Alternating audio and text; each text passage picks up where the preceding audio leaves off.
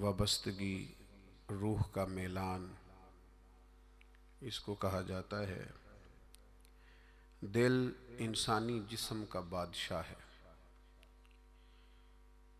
जो चीज़ें दिल में पनपती हैं, जो ख्वाहिशात दिल के अंदर करार पकड़ती हैं, सारा वजूद वही करता है।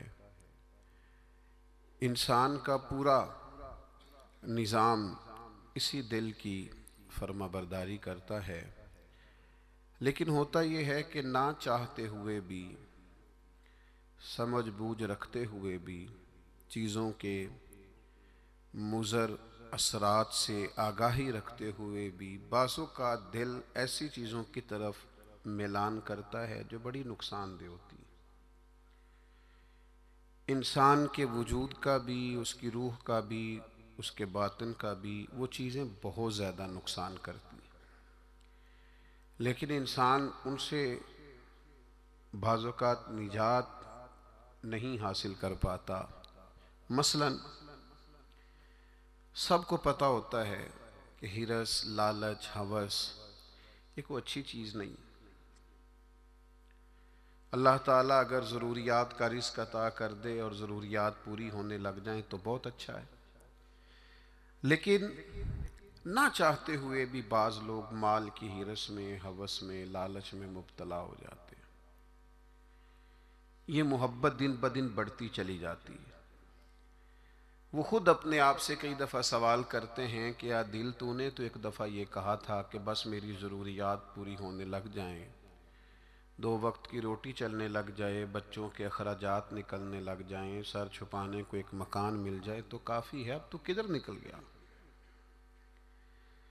लेकिन बहुत सारा उससे बढ़कर अल्लाह ने फजल कर दिया, ख्वाहिश से बढ़कर अता कर दिया, लेकिन कहीं ठहराव नहीं हो पा रहा, दिल रोक नहीं रहा। रोज माल की मोहब्बत, माल का लालच बढ़ता चला जाता है। ये इस कदर ज़्यादा नुकसान करता है कि नबी करीम सल्लल्लाहु ताला अलैहि वसल्लम ने इरशाद फरमाया कि दुनिया की मोहब्बत हर गुनाह की जड़ है।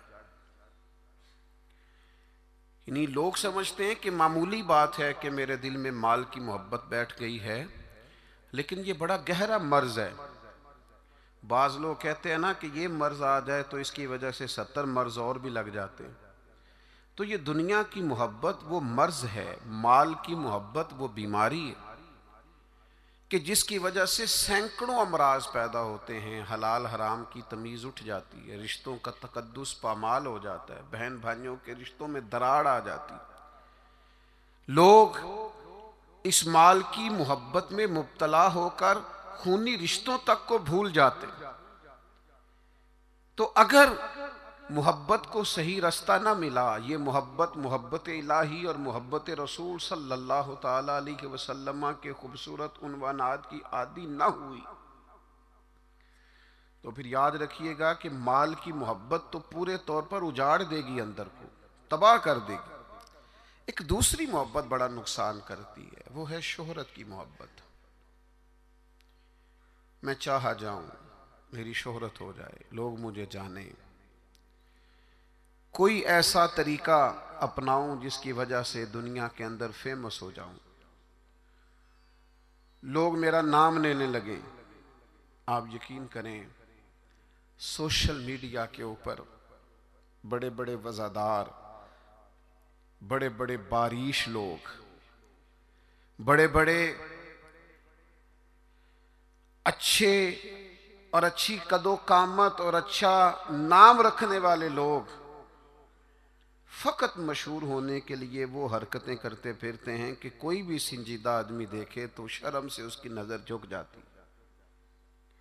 ये शोहरत, इसका लालच, ये शोहरत की तलब और शोहरत हासिल करने के लिए ऐसे ख़तरनाक तरीक़ों का हुसूल, शोहरत हासिल करने के लिए ऐसे कमज़ोर और ऐसे अखलाक से गिरे हुए रवैये का अंदाज तबाह कर दिया इसने दुनिया को, उजाड़ के रख दिया है लोगों को।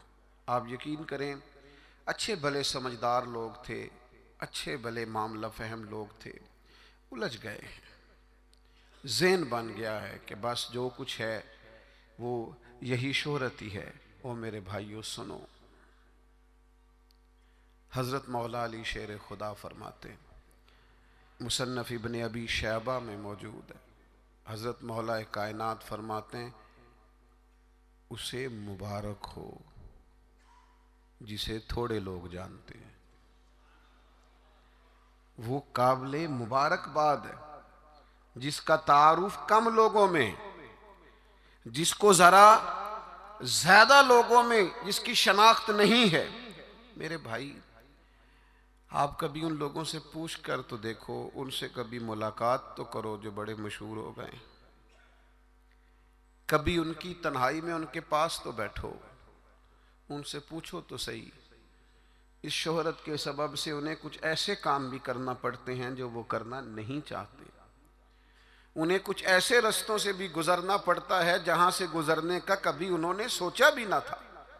वो तो चाहते थे कि कोई तन्हाई होती, कुरान मजीद का नुस्खा होता, 500 दाने वाली तस्बीह होती, कहीं मुसल्ले का नूर होता, दिल में हो याद तेरी, गोशाए तन्हाई हो, फिर तो खलवत में अजब अंजुमन आराई हो। दिल चाहता था, लेकिन ये शोहरत, इसकी तलब। हाँ, एक बात है, अगर आप शोहरत चाहते हैं, मारूफ होना चाहते हैं, मशहूर होना चाहते हैं, बहुत सारे लोगों में चाहते हैं कि आपका नाम सुनहरी हुरूफ से हो और ज्यादा लोग आपको जाने पहचाने, तो कुरान मजीद ने नुस्खा दिया है।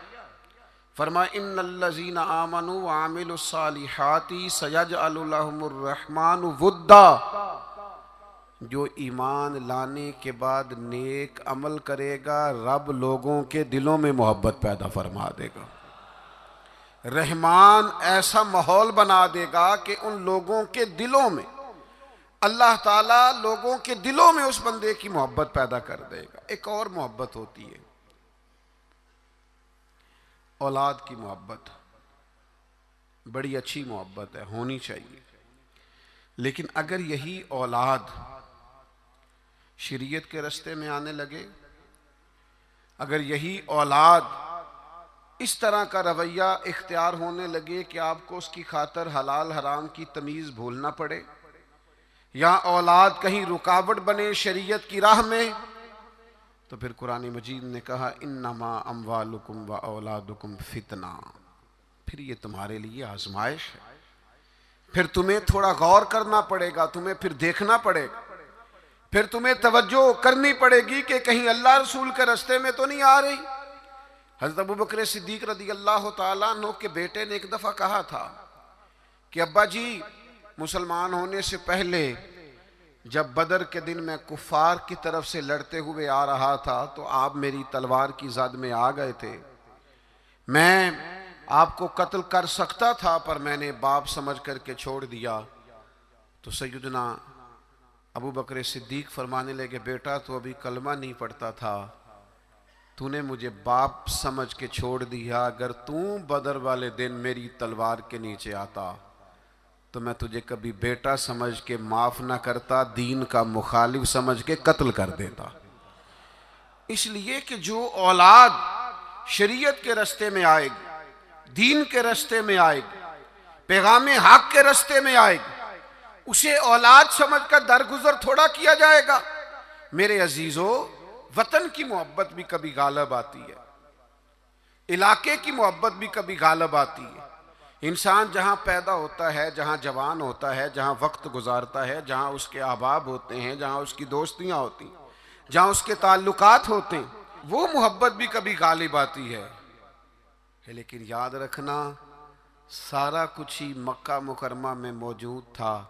वहीं पैदा हुए थे सहाबा, वहीं दोस्तियाँ थीं, ताल्लुक थे, रिश्तेदारियाँ थीं।